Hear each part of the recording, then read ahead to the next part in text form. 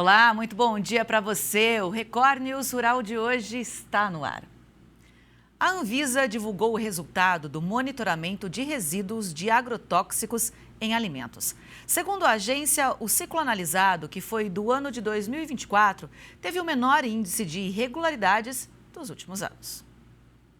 Foram pesquisados 338 tipos de agrotóxicos em 3.084 amostras de 14 alimentos consumidos pelos brasileiros, como cereais, frutas, legumes e verduras. Essas amostras foram coletadas toda semana em supermercados, feiras e sacolões de 88 municípios. E o resultado: 20,6% das amostras, ou seja, 636, foram classificadas como insatisfatórias por apresentarem irregularidades como resíduos acima do limite máximo permitido, resíduos não permitidos para a cultura e a presença de agrotóxicos proibidos no Brasil. 12 amostras de uva, laranja e abobrinha representaram um potencial de risco agudo à saúde. A série histórica apresentada pela Agência Nacional de Vigilância Sanitária mostra uma tendência geral de redução no percentual de amostras com um potencial de risco agudo ao longo da última década. Desses resultados do ciclo 2024, 79,4% das amostras foram consideradas satisfatórias em relação à conformidade com o LMR. E 20,6% das amostras foram consideradas não conformes. Para o consumidor, as principais recomendações da Anvisa são os cuidados com a higiene dos alimentos, como lavar bem frutas e verduras em água corrente e usar uma escovinha para remover os resíduos da superfície. Lembrando que a higienização com a água sanitária reduz riscos microbiológicos, mas não elimina resíduos de agrotóxicos. O ideal é preferir alimentos com rastreabilidade, ou seja, a identificação do produtor, e escolher os produtos da época, que costumam receber menos defensivos agrícolas. Os preços do suíno estão mais valorizados com a aproximação das festas de final de ano. De acordo com o CPEA, a média do pernil negociado no atacado do estado de São Paulo, na parcial de dezembro, até o dia 16, subiu cerca de 2,3% e fechou em R$ 14,11 o quilo. Entre os outros cortes tradicionalmente mais demandados neste período, o lombo também vem se destacando. A alta nos valores é reflexo da demanda por alguns cortes suínos tradicionais nas festas de final de ano. A procura aquece o mercado atacadista e eleva as cotações. A maior procura também pela carne bovina ajuda a sustentar a alta de preços nesta época. Pesquisadores do CPEA indicam que a valorização da carcaça casada vem sendo puxada principalmente pela elevação nos preços dos cortes mais procurados para o churrasco. O dianteiro tem se valorizado menos, o que é comum neste período. Analisando a média dos principais cortes desossados de outubro até o dia 12 de dezembro, as valorizações variaram de 11,2% até 21,5%. Já o mercado de animais para abate sente uma queda na procura, situação típica dessa época do ano. Pesquisadores explicam que boa parte das escalas deste final de 2025 e do começo de janeiro está completa, afastando alguns frigoríficos das compras. Pecuaristas, por sua vez, se mostram mais recuados, seja porque já fecharam as vendas ou porque esperam preços maiores no começo de 2026. Os preços pagos aos produtores rurais caíram 0,71% em novembro. No acumulado do ano, o IPPA é positivo. A queda de 0,71% registrada no índice de preços ao produtor de grupos de produtos agropecuários em novembro é em relação a outubro. Levantamento do CPEA mostra que o recuo está atrelado à forte retração de 21,62% no IPPA hortifrutícola. Para o IPPA grãos e o IPPA pecuária, as variações foram positivas em 1,62% e 0,2%, respectivamente. Já o grupo de cana-café caiu 1,88%. Em comparação, os preços industriais caíram 0,18% no mesmo período, indicando que em novembro os produtos agropecuários apresentaram desempenho ligeiramente inferior aos itens industriais. No ano, levantamentos do Centro de Pesquisas indicam que o IPPA acumula alta de 10,2%, com destaque para os avanços do Índice Pecuária, 17,31%, e do IPPA Cana-Café, 20,71%. O IPPA Grãos também apresenta variação positiva, de 2,7%, enquanto o Hortifrutícolas registra queda de 14,41%. Em termos comparativos, os preços industriais acumulam elevação de 3,11% e os preços internacionais de alimentos em reais avançam 3,57%, apesar da baixa de 1,66% quando medidos em dólares. Um exemplo de preservação da natureza em Pirenópolis, no interior de Goiás. A fazenda é um santuário de vida silvestre que produz de forma sustentável tudo o que é consumido por lá. Um lugar que encanta os turistas, tanto pela beleza quanto pela gastronomia. Desembarcamos em Pirenópolis. Na Fazenda Vaga Fogo, o dia começa ainda na alvorada. No curral com a ordenha. 40 litros de leite puro das vacas Jersey. Leite rico em gordura, usado no preparo de alimentos na propriedade. De acordo com dados do IBGE, Goiás registrou 1,4 milhão de vacas ordenhadas e 2,9 bilhões de litros de leite produzidos em 2024, posicionando-se como o quinto maior estado produtor de leite no país. Pirenópolis é destaque na produção de laticínios e já esteve em 7º lugar na produção do estado. Na Vaga Fogo, o leite vira quitute, chantilly, iogurte, requeijão, queijo fresco e manteiga. Tudo é servido em um pequeno almoço para os visitantes. Os pratos são posicionados em uma mesa interativa, em que é possível provar sabores inusitados. A gente criou 14 momentos.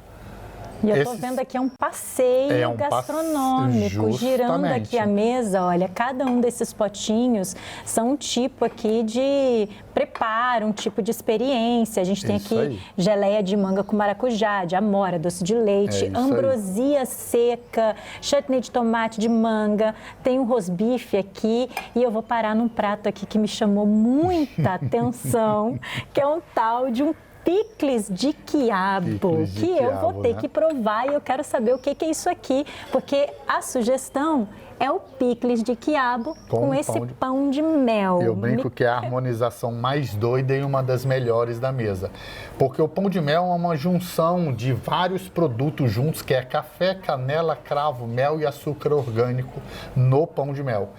E um picles de quiabo é algo que normalmente se faz quiabo com frango, quiabo refogado. Frito, refogado. E essa junção ficou fantástica, que é uma coisa agri com a base doce, que é o pão de mel. Vou dizer, deixa eu ver. Vai. É muito interessante esse momento. Tem nada de Agora eu sei que a fazenda ela tem uma produção importante de leite. Aliás, Pirenópolis tem um ranking destaque em número de produção de leite dentro do país. E você tem um leite muito específico aqui. Você me contou que é um leite mais trabalhado em elementos de gordura, até para você poder fazer algumas das receitas que estão aqui pra gente. Conta um pouquinho dessa história, dessa coisa do leite. O gado Jersey, que é o que a gente trabalha, ele tem um teor de gordura muito elevado. Dentro disso, você consegue fazer o melhor proveito do leite, né? Então, por exemplo, quando eu tiro o leite, ele não vai ser transformado em queijo. Ele vai para uma geladeira e ali amanhã vou retirar creme de leite dele. Desse creme de leite eu vou fazer chantilly, manteiga, ambrosia seca, manteiga ghee. Aí do leite eu vou partir para o queijo, ricota, chantilly, ariche. E aí a gente vai entrando no poder da transformação do leite. O trabalho e a harmonização com os produtos cultivados na região é um meio de levar os turistas para uma viagem rural. Os visitantes se surpreendem com a prova de sabores inusitados. O quiabo com pão. Como que é isso? É como se fosse uma conserva de quiabo. Você coloca no pão e é uma explosão de sabor. Porque aí o pão é docinho, o quiabo tem aquele... Como se fosse isso, exatamente. Só que eu achei muito mais saboroso. O Felipe e a Isabela estão em Pirenópolis a passeio. Ela mora em Goiânia e ele há 25 anos em Miami, nos Estados Unidos. Seria difícil explicar aos amigos americanos qual a sensação de degustar pratos tão brasileiros. Impossível. É impossível. Eles não estão acostumados com esse tipo de explosão de sabores diferentes. Não existe nada igual ao pequi lá. Várias dessas geleias, desses gostos, únicos da região. Então, para explicar para eles, quando eles me perguntam que tipo de comida que tem no Brasil, é muito difícil, por causa que toda região tem um tipo de comida, né? Então, a única coisa que eu falo para ele, olha, vem, vai visitar, vai conhecer, que é a única forma de você ter, conhecer e experienciar o que o Goiás tem de oferecer, né?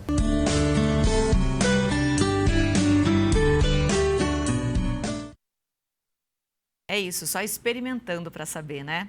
Olha, a aventura pela Fazenda Vaga Fogo não para por aqui não, viu? Na próxima reportagem, no próximo programa, você vai conhecer uma área de preservação ambiental permanente que abriga a vida silvestre. Agora é hora de conferir como fica o tempo nesta sexta-feira em todo o Brasil. Veja na previsão.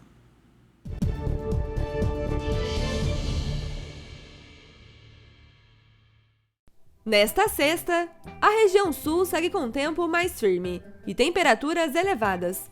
Já a região sudeste, centro-oeste, norte e nordeste do país continuam com instabilidades, associadas à combinação de calor, umidade, a presença de alguns cavados meteorológicos em níveis médios da atmosfera e infiltração marítima, favorecendo pancadas de chuva moderadas a fortes e temporais em algumas áreas. No sul do país, o céu permanece mais aberto em grande parte da região, com maior nebulosidade no leste e norte do Paraná, além do litoral catarinense. No sudeste, céu mais carregado em boa parte de São Paulo, Minas, além do Rio de Janeiro e do Espírito Santo. No norte e nordeste mineiro, o céu apresenta maior abertura de sol ao longo do dia. No centro-oeste, nuvens carregadas em grande parte da região. Enquanto no sul de Mato Grosso do Sul, o dia deve seguir com o tempo mais aberto. No nordeste, a nebulosidade também é maior no Maranhão, Piauí, oeste da Bahia e do Pernambuco, Ceará, além de áreas na faixa litorânea. E no norte, o céu permanece encoberto em grande parte dos estados.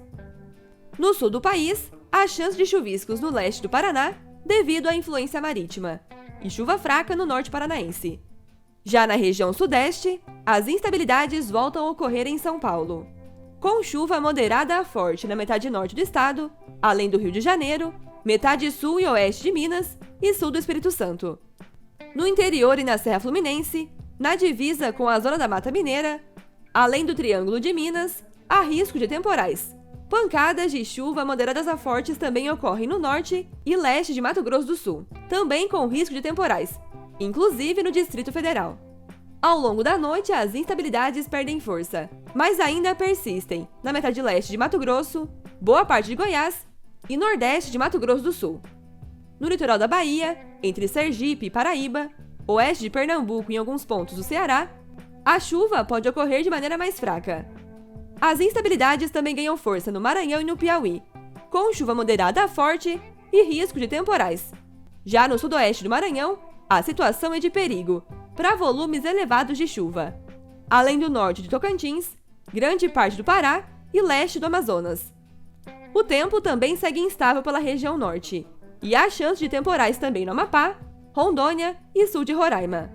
Rajadas de vento entre 40 e 50 km por hora variam em algumas áreas do sul e nordeste do país, além de Roraima, grande parte de São Paulo e metade sul de Mato Grosso do Sul. E a umidade do ar segue em ascensão pelo sul do país. Em grande parte do estado gaúcho, oeste de Santa Catarina, sul e interior do Paraná, além do norte da Bahia, oeste de Alagoas, Sergipe e Paraíba, interior do Pernambuco, além de áreas do Rio Grande do Norte e também do Ceará. E em relação às temperaturas para esta sexta, máximas de 26 graus em São Paulo, 25 em BH, 28 em Palmas e em Cuiabá, 31 em Salvador e em Campo Grande e até 32 graus em Porto Alegre. A gente vem acompanhando o desenrolar do acordo entre União Europeia e Mercosul. Ontem, Lula afirmou que ainda tem esperança de que ele seja concretizado. Porém, a não assinatura por parte da Itália foi recebida com surpresa pelo presidente. A primeira-ministra italiana Giorgia Meloni teria pedido algumas semanas a mais para tentar mudar a opinião pública na Itália quanto ao acordo. Vamos ouvir o que disse o presidente. O acordo é mais favorável à União Europeia do que a nós. E nós dissemos para eles que esse acordo era extremamente importante do ponto de vista político, porque é um acordo que envolve 722 milhões de seres humanos, 22 trilhões de dólares, e é um acordo que vai dar uma resposta de sobrevivência e de sobrevida do multilateralismo àqueles que querem construir o unilateralismo. Por isso o acordo é importante. Eu sempre soube que a França era contra. Eu conversei muitas vezes com Macron, eu conversei muitas vezes com a oposição francesa. Eu cheguei a conversar até com a Brigitte, que é a mulher do Macron. Pedi para ela abrir o coração do Macron para fazer um acordo com o Brasil. Que a França não tem muito a perder, sabe, por causa da agricultura brasileira. Até porque eles produzem uma coisa, nós produzimos outra, sabe? E se nós tivermos capacidade de produzir, sabe, carne de boi, de porco, melhor do que eles, paciência. Sabe? O francês que tem o direito de escolher o que é melhor para ele. Tá? A novidade, para mim, foi a Itália. E eu liguei hoje para a primeira-ministra Meloni, conversei com ela, disse para ela que a data de 20 de dezembro não foi uma data proposta por nós. O 20 de dezembro foi uma data proposta pela Ursula von der Leyen e pelo Antônio Costa, dizendo que no dia 19 eles iriam votar em Bruxelas e que viriam aqui para que a gente assinasse o acordo. A minha surpresa foi ontem eu saber, ontem não, acho que uns 2 dias atrás, de que a Itália estava também junto com a França não querendo assinar o acordo, porque tem uma certa confusão política entre os agricultores italianos. E na conversa com a primeira-ministra Meloni, ela ponderou para mim que ela não é contra o acordo. Ela apenas está vivendo um certo embaraço político por conta dos agricultores italianos, mas que ela tem certeza que ele é capaz de convencê-los a aceitar o acordo. E ela então pediu para mim que se a gente tiver paciência de uma semana, de 10 dias, de máximo mês, a Itália estará junto com o acordo. Milhares de agricultores europeus protestaram contra a política agrícola da União Europeia e, particularmente, o acordo comercial com o Mercosul em Bruxelas. Os líderes dos 27 países fizeram a última cúpula deste ano na capital belga. O governo brasileiro acreditava que o acordo seria assinado amanhã. Então, quem chega para fazer uma análise e explicar o que pode acontecer ainda é Daniel Vargas, professor da FGV Direito Rio e também da Escola de Economia da FGV em São Paulo, onde ele lidera pesquisas e projetos sobre clima e transição verde. Bom dia, Daniel, tudo bem? Seja bem-vindo ao Record News Rural. Oi, Ingrid, sempre um prazer. Prazer é todo nosso.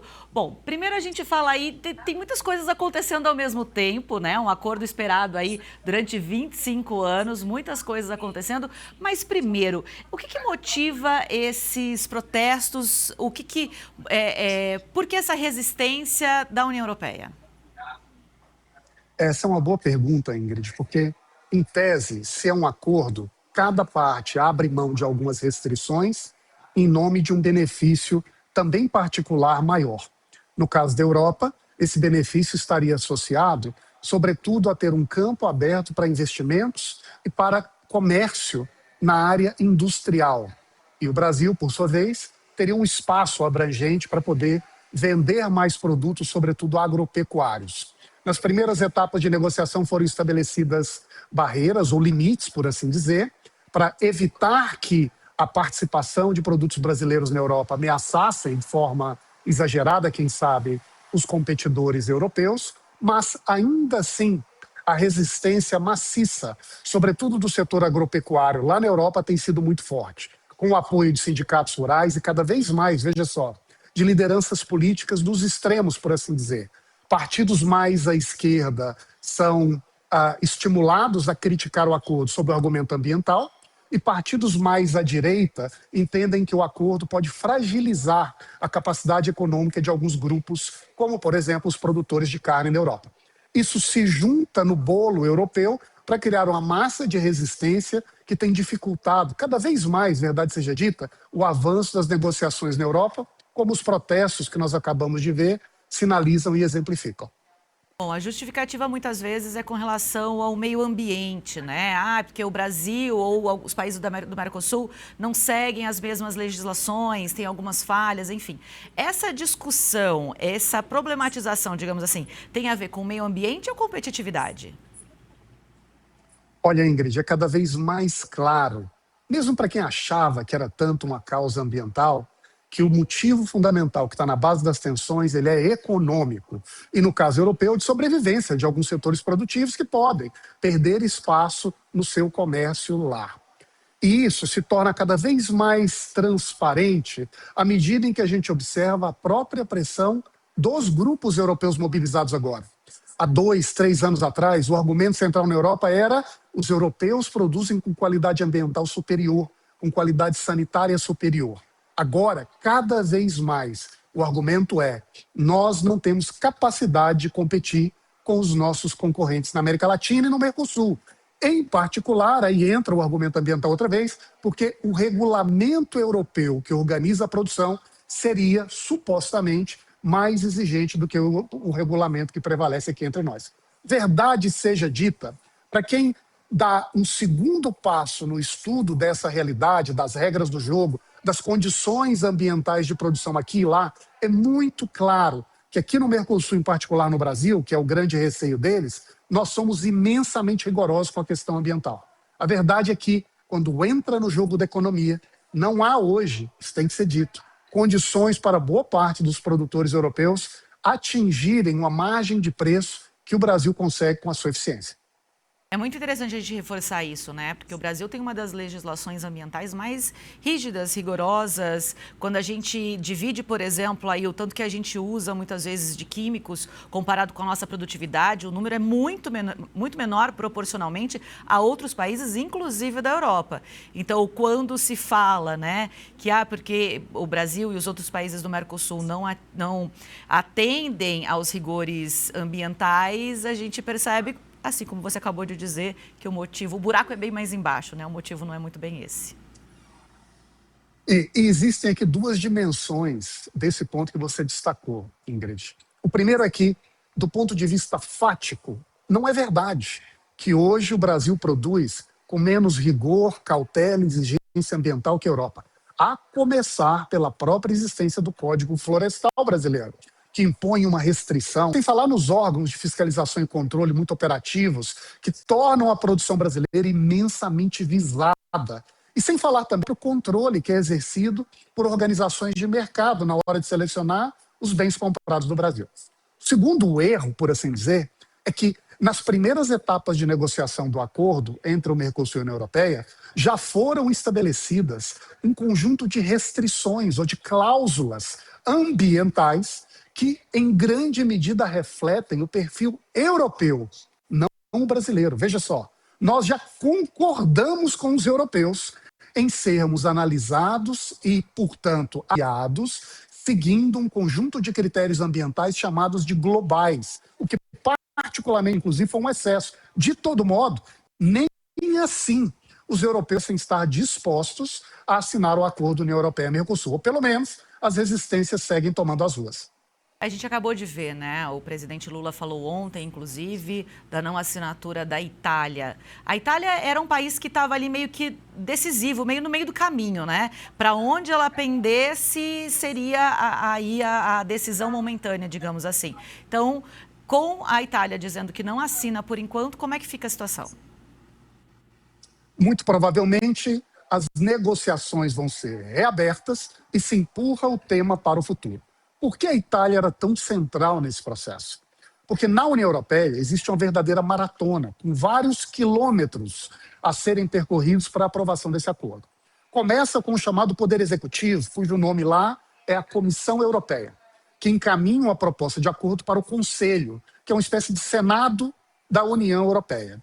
Este Conselho precisa aprovar o acordo, são 27 representantes, cada país tem a sua delegação, o seu representante, e um conjunto de países que corresponde a 65% da população europeia teria o poder de vetar a aprovação no Conselho, nessa etapa no Senado Europeu, por assim dizer. E a Itália, como é um país populoso e um país que ainda estava ali movendo-se entre um lado e outro, era o grande país pêndulo nessa história. Porque de um lado estava claro que França, Polônia, Hungria seriam contra. De outro lado, também estava claro que Espanha, Alemanha eram a favor. A Itália se posicionando contra, ela cria um impasse e, obviamente, retira a capacidade desse tema ser aprovado no Conselho. Se fosse aprovado no Conselho, ainda deveria passar pelo Parlamento Europeu e depois ser ratificado ou aprovado em cada um dos parlamentos nacionais. Isso para dizer que nós estamos agora encontrando um obstáculo ali no quilômetro 10 da maratona, mas ainda tem um grande espaço pela frente. Mas havia uma expectativa para a assinatura desse acordo neste sábado, né? Como é que pode ficar isso? Não vai acontecer. Muito provavelmente não. Essa assinatura, de todo modo, seria protocolar, um símbolo importante nesse processo, mas não significaria que imediatamente o acordo passaria a valer.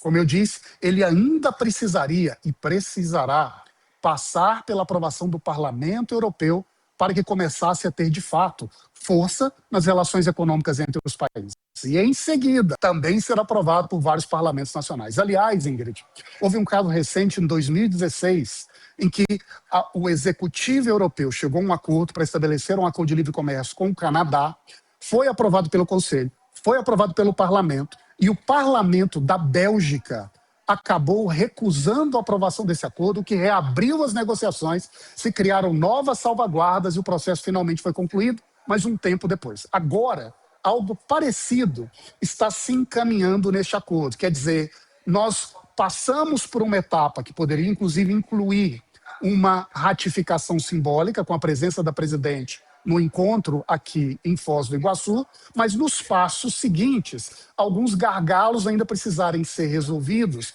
para que esse processo seja concluído. Não parece que vai ser o caso agora no curto prazo. Quando a gente fala dessas salvaguardas, né, a gente percebe que a União Europeia está recuando, por assim dizer, ou pedindo mais tempo para poder acrescentar coisas ou modificar acordos já pré-estabelecidos. Essas salvaguardas, quando são pedidas pela União Europeia, não está favorecendo muito mais aquele mercado do que o mercado do Mercosul? Olha, Ingrid, tem um conjunto crescente de lideranças na América do Sul, ou melhor, entre os países do Mercosul, que compartilham com essa sua provocação. Isso porque o acordo, como ele foi finalmente assinado, o texto definitivo, já era um texto que contou com imensa concessão e beneplácito, sobretudo do Brasil. Nós adicionamos um capítulo ambiental pedido pela União Europeia, concordamos em incorporar nesse capítulo um conjunto de protocolos globais que não representam exatamente a maneira como se produz e a realidade econômica no Brasil, e ainda assim a Europa quer incluir salvaguardas, restrições, exceções ao acordo. O Parlamento Europeu, agora há poucos dias, aprovou o que se chama de uma salvaguarda. Seria uma espécie de válvula de escape ou de válvula de interrupção do acordo. Se houver um aumento do fluxo econômico superior a 5% em relação à média dos últimos 3 anos de alguns produtos agrícolas, como carne, como leite, imediatamente o benefício do acordo, que é nós não pagamos tarifa, seria suspenso. E as imposições tarifárias ou as investigações de como reagir entrariam em jogo. Então, se nós acrescentamos salvaguardas a uma estrutura de negociação que já passa por uma maratona, que foi dolorosa e que, de certo modo, me parece que já é muito benéfica para os europeus, nós chegamos a um momento próximo de um impasse. Será que, de fato, isso é tão vantajoso assim para o Mercosul nesse momento? Eu acho que essa é a pergunta que algumas pessoas começam a se fazer. Porque a gente tem que lembrar da reciprocidade, né? É um acordo, tem que ser bom para os dois. E aí, quando a gente pensa que o Brasil, por exemplo, quando se destaca, né, com esse acordo, com relação a carnes, frutas, a soja, o mel também produzido aqui, os grãos de uma maneira geral, o Brasil é muito mais exportador de matéria-prima, digamos assim, né, de produtos primários, e importaria produtos mais caros, né? Então, não é que a gente seria só beneficiado com as nossas exportações. A gente também tem essa contrapartida da importação do produto europeu. E eu acho que aqui tem 2 sinais justamente desse ponto, Ingrid. O primeiro é de benefício relativo, porque veja só, é importante para o Brasil abrir mercados, sem dúvida. O país brasileiro e vários do Mercosul ainda são relativamente fechados. Inclusive, o presidente Milei da Argentina tem dito: o papel do Mercosul não é nos fechar para o mundo, mas nos abrir para o mundo. Então, de certo modo, estabelecer essa ponte com o maior mercado consumidor do mundo é uma vantagem para o Brasil. Em particular, de investimentos que podem ser feitos com mais agilidade e facilidade pelos europeus aqui. Agora, veja a situação da Europa. O continente está, nesse momento, espremido numa tensão geopolítica brutal, com a imposição de tarifas elevadas pelo governo Trump, ao mesmo tempo que enfrentam uma guerra na sua fronteira e enfrentam um desafio de competição tremendo com produtos chineses baratos que ingressam no mercado europeu. Qual a realidade do setor industrial, que é a parte mais importante da economia europeia? Ela hoje se vê ameaçada. E, se me permite, ameaçada de extinção. Então, abrir um mercado consumidor gigantesco, como é a realidade do Brasil e do Mercosul, para o ingresso de produtos europeus industrializados, para eles, parece ser uma espécie de boia de salvação, ou algo que teria, pelo menos, um benefício muito amplo.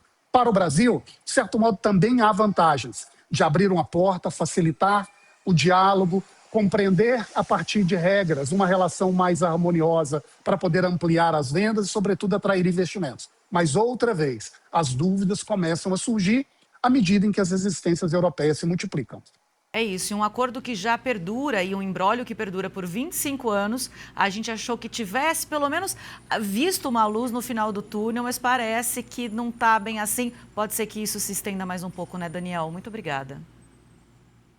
Eu que agradeço, Ingrid. Sempre um prazer participar com você e com os telespectadores. Obrigada, ótimo dia para você. Essa edição do Record News Rural fica por aqui. Muito obrigada pela sua audiência.